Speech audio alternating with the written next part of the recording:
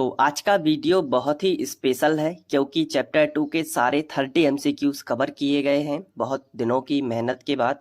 क्योंकि board exam है तो आपको ऐसे वीडियो की आवश्यकता होगी जिसमें सभी एमसीक्यूज एक ही वीडियो के अंदर हो, वो भी बहुत ही कम समय में। तो एक ही चैप्टर नहीं बल्कि मैं सभी चैप्टर की 30 एमसीक्यूज की एक सीरीज ला रहा हूँ, तो जिसमें बोर्ड एग्जाम में आपकी काफ़ी हेल्प हो पाएगी। तो आप चाहें तो स्क्रीनशॉट लेकर इन्हें लिख सकते हो। तो चलिए फिर शुरुआत करते हैं। सबसे पहला जो हमारा जो है, इसके पहले हमने चैप्टर 1 का बना दिया है, ये चैप्टर 2 के लिए है। चैप्टर 2 का नाम है अम्ल, क्षारक एवं लवण, और ये उसी हिसाब से है जो हमारी नई बुक आई है एनसीईआरटी की, उसी हिसाब से है, तो टेंशन लेने की ज़रूरत नहीं है। तो पहला इसमें एमसीक्यूज है, हमें दिया गया है कि पाचन के समय आमाशयिक पाचक रसों का पीएच मान होता है। तो एग्जाम में आपको 4 ऑप्शन आएंगे, तो 4 में से एक सही होता है, तो आपको बताना है कि कौन सा सही है। तो इसमें सबसे करेक्ट आंसर जो है वो है 7 से कम। तो पाचन के समय आमाशयिक पाचक रसों का जो पीएच मान होता है वो 7 से कम होता है। इसके बाद आगे बढ़ते हैं। निम्नलिखित में से कौन सा अम्ल क्षार सूचक दृष्टि बाधित छात्र के लिए उपयुक्त होगा? तो यहाँ पे 4 ऑप्शन आपको दिए गए हैं। तो दृष्टि बाधित है, मतलब उसे दिखाई नहीं देता है, तो वो सुगंध लेगा, इसलिए इसका जो है सी नंबर का सही होगा, वनीला एसेंस। वनीला एसेंस, ठीक है। इसके बाद हम तीसरे एमसीक्यूज की तरफ बढ़ते हैं। देखिए, निम्नलिखित में कौन सा यौगिक तनु अम्ल से अभिक्रिया करके कार्बन डाइऑक्साइड गैस नहीं देता? 4 ऑप्शन है, इनमें से कौन सा है जो कार्बन डाइऑक्साइड गैस नहीं देता? तो इसका सबसे करेक्ट आंसर चूना रहेगा। तो इसमें आप टिक लगा लीजिएगा, चूना। तो कार्बन डाइऑक्साइड गैस कौन नहीं देगा? संगमरमर दे देगा, चूना पत्थर दे देगा, खाने का जो सोडा होता है वो दे देगा, लेकिन चूना जो है ये तनु अम्ल के साथ क्रिया नहीं करके कार्बन डाइऑक्साइड नहीं देगा।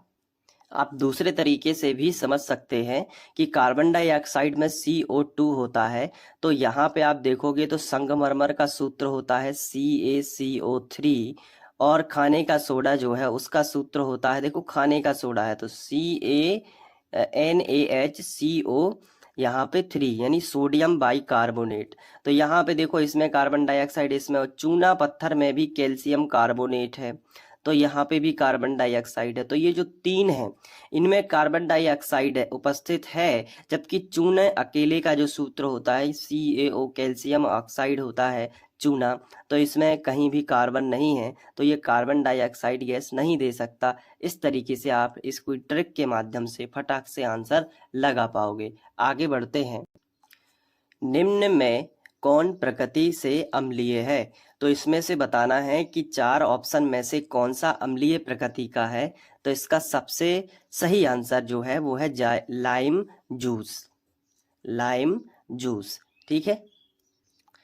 इसके बाद नेक्स्ट है, निम्न में से कौन खनिज अम्ल नहीं है? तो 4 ऑप्शन है, इनमें से कौन सा खनिज अम्ल नहीं है? तो ये साइट्रिक अम्ल, ये खनिज अम्ल नहीं होता, ये नींबू के अंदर पाया जाता है, ठीक है। आगे बढ़ते हैं। निम्न में से कौन से गोल्ड को विलय करने के लिए प्रयुक्त होता है? मतलब इनमें से ऐसा कौन सा विलय है जिसमें हम गोल्ड यानी सोने को डुबो सकते हैं, उसके अंदर विलय कर सकते हैं, ये हमें बताना है। तो इसका सही आंसर है अम्लराज। अम्लराज के बारे में आपने पढ़ा होगा, HNO3 और HCl ऐसा कुछ होता है। आगे बढ़ते हैं। निम्न में से कौन क्षारक नहीं है? आपको 4 ऑप्शन दिए गए हैं और कौन सा क्षारक नहीं है ये बताना है। तो देखो, कार्बन वाले यौगिक के साथ में OH लगा है, तो इसका मतलब ये नहीं कि ये क्षार हो जाएगा, ये क्षार नहीं है। बाकी जिनके पीछे OH लगा होता है, नॉर्मल तत्व होना चाहिए, कार्बन नहीं होना चाहिए, तो वो क्या होते हैं? वो सारे के सारे क्षारक हैं। लेकिन कार्बनिक यौगिक में ऐसा पॉसिबल नहीं, मतलब ऐसा हम कह नहीं सकते कि OH लगा हो तो वो क्षार होगा। ऐसा हम बिना कार्बन वाले यौगिक में जरूर कह सकते हैं कि जिनके पीछे OH लगा हो। यहाँ OH है, यहाँ भी OH है और यहाँ भी OH है और ये अकार्बनिक यौगिक है, इनमें कार्बन नहीं है इसलिए ये क्षारक होंगे। लेकिन कार्बन वाले यौगिक में अगर OH लगा है तो हम नहीं कह सकते कि ये क्षार है, ये कुछ भी हो सकता है। तो ये है C2H5OH एथेनॉल यानी एथिल एल्कोहल है ये।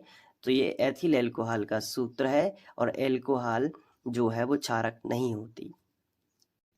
तो इसका सही जवाब होगा C2H5OH। नेक्स्ट क्वेश्चन है, निम्नलिखित में कौन हाइड्रोक्लोरिक अम्ल के तनु अम्लीय विलयन में उपस्थित है? आपको यहाँ पे ऑप्शन दिए गए हैं, तो इसका सही जो आंसर है वो है H3O प्लस Cl माइनस। अब ऐसा कैसे पता चला? बहुत सरल है। देखो, अम्ल जल हाइड्रोक्लोरिक अम्ल है तो हाइड्रोक्लोरिक अम्ल से आप लगा लेना HCl, ठीक है। और अम्लीय विलयन में है तो कोई भी चीज जो हाइड्रोक्लोरिक अम्ल है या 90% यौगिक जल में विलय होते हैं तो जल का सूत्र क्या होता है? H2O, ठीक है। तो अगर ये H यहाँ आ जाएगा तो H3O प्लस हो जाएगा और Cl माइनस हो जाएगा। तो इसके अलावा बाकी तो और कुछ हो ही नहीं सकता। और दूसरा ये भी तुम दिमाग लगा सकते हो कि हाइड्रोक्लोरिक अम्ल है तो इसका मतलब है कि हाइड्रोक्लोरिक अम्ल यानी हाइड्रोक्लोरिक अम्ल का सूत्र होता है HCl, तो उसमें Cl वाला जो भी है वो सही रहेगा। तो तुम कहोगे या तो ये सही है या तो ये सही है। अब दोनों में तुम दिमाग लगाओगे कि साथ में जल भी है तो जल में अगर Cl इस तरफ है तो Cl ये तो H इसके पास चला जाएगा जल के पास, तो H3 हो जाएंगे क्योंकि 2 H तो पहले से हैं, एक H और आ गया तो H3O, तो ये बन जाएगा प्लस। तो ये पहला करेक्ट आंसर।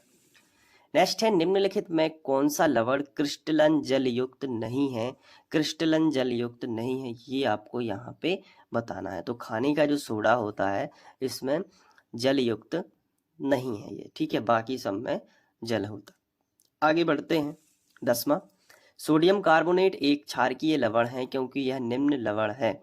तो इसका आपको आंसर बताना है। तो दुर्बल अम्ल और प्रबल क्षार, दुर्बल अम्ल और प्रबल क्षार, ये आखिरी वाला सही हो जाएगा। सोडियम कार्बोनेट एक क्षारकीय लवण है क्योंकि यह क्या है?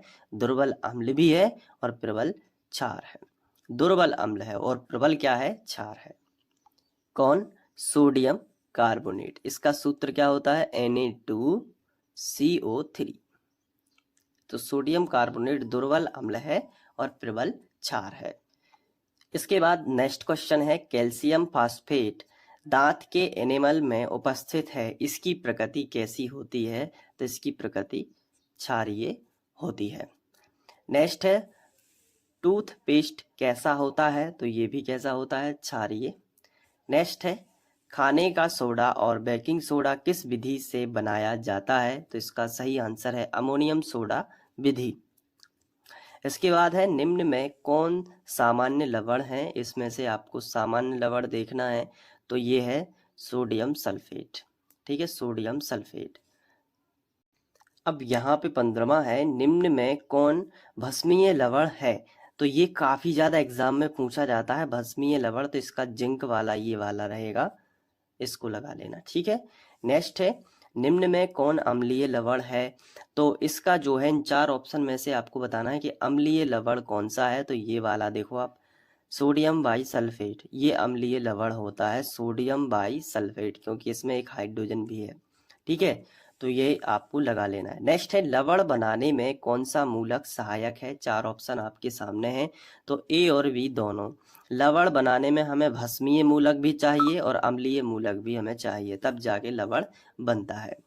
नेक्स्ट क्वेश्चन है, निम्न में किसके कारण अम्ल वर्षा होती है? आपको 4 ऑप्शन दिए गए हैं, तो SO2 सल्फर डाइऑक्साइड के कारण ही अम्ल वर्षा होती है।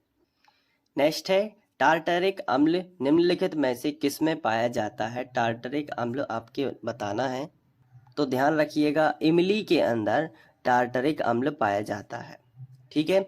और टमाटर के अंदर कौन सा? ऑक्जेलिक अम्ल।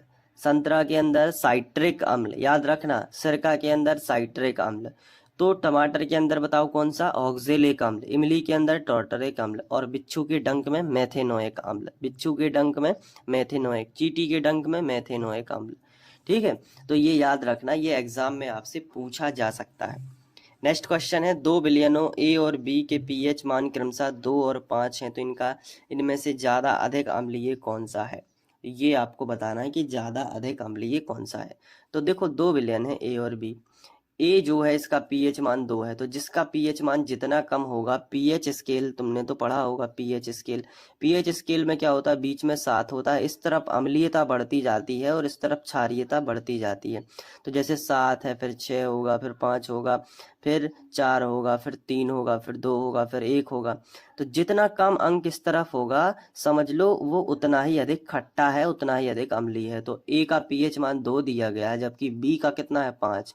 तो बी से ए ज्यादा खट्टा होगा, क्योंकि ए इधर आएगा सबसे आखिरी में, तो ये जैसे जैसे इस तरह बढ़ेगा खट्टापन बढ़ता जाएगा। जितना कम पीएच मान होगा वो उतना ही खट्टा होगा। तो ए जो है अधिक अम्लीय है। तो ज्यादा अधिक अम्लीय कौन है, ए है। नेक्स्ट है, वह विलयन जिसका पीएच 7 से 14 तक है, वह क्या कहलाता है? जिसका पीएच क्या होता है, 7 से 14 तक।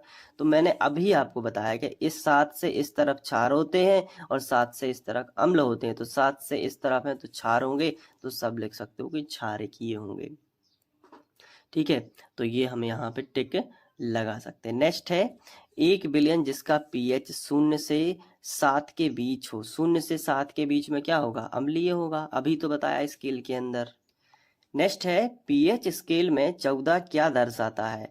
प्रबल क्षार है कि दुर्बल क्षार है? तो बिल्कुल सामान्य सी बात है, ये सामान्य क्षार कहलाएगा। पीएच स्केल में 14 क्या दिखलाता है, सामान्य क्षार। इसका सामान्य क्षार नहीं होगा, इसका प्रबल क्षार होगा, क्योंकि 14 जो है मैक्सिमम अंक होता है, तो सबसे ज्यादा क्षार होगा। आगे बढ़ते हैं, पीएच किसी घोल में किसकी शक्ति को व्यक्त करता है? पीएच जो है किसकी शक्ति को, तो हाइड्रोजन आयन की। ठीक है, वैसे होता भी है, पीएच का जो सूत्र होता है वो होता है -log H+ आयन।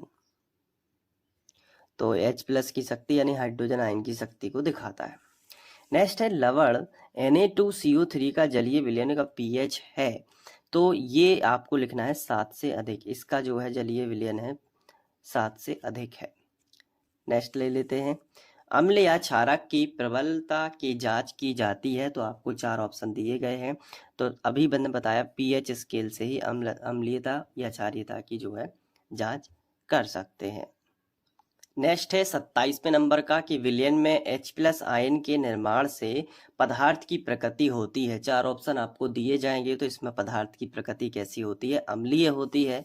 नेक्स्ट है, इनमें से कौन दुर्बल अम्ल है? 4 ऑप्शन आपको दिए जाएंगे। दुर्बल अम्ल कौन सा है? ऑक्जेलिक अम्ल दुर्बल है, इनकी तुलना में तो ऑक्जेलिक अम्ल ही दुर्बल होगा। नेक्स्ट है, निम्न में से कौन अम्लीय पदार्थ है? 4 ऑप्शन आपको दिए गए हैं। अम्लीय पदार्थ नारंगी का रस।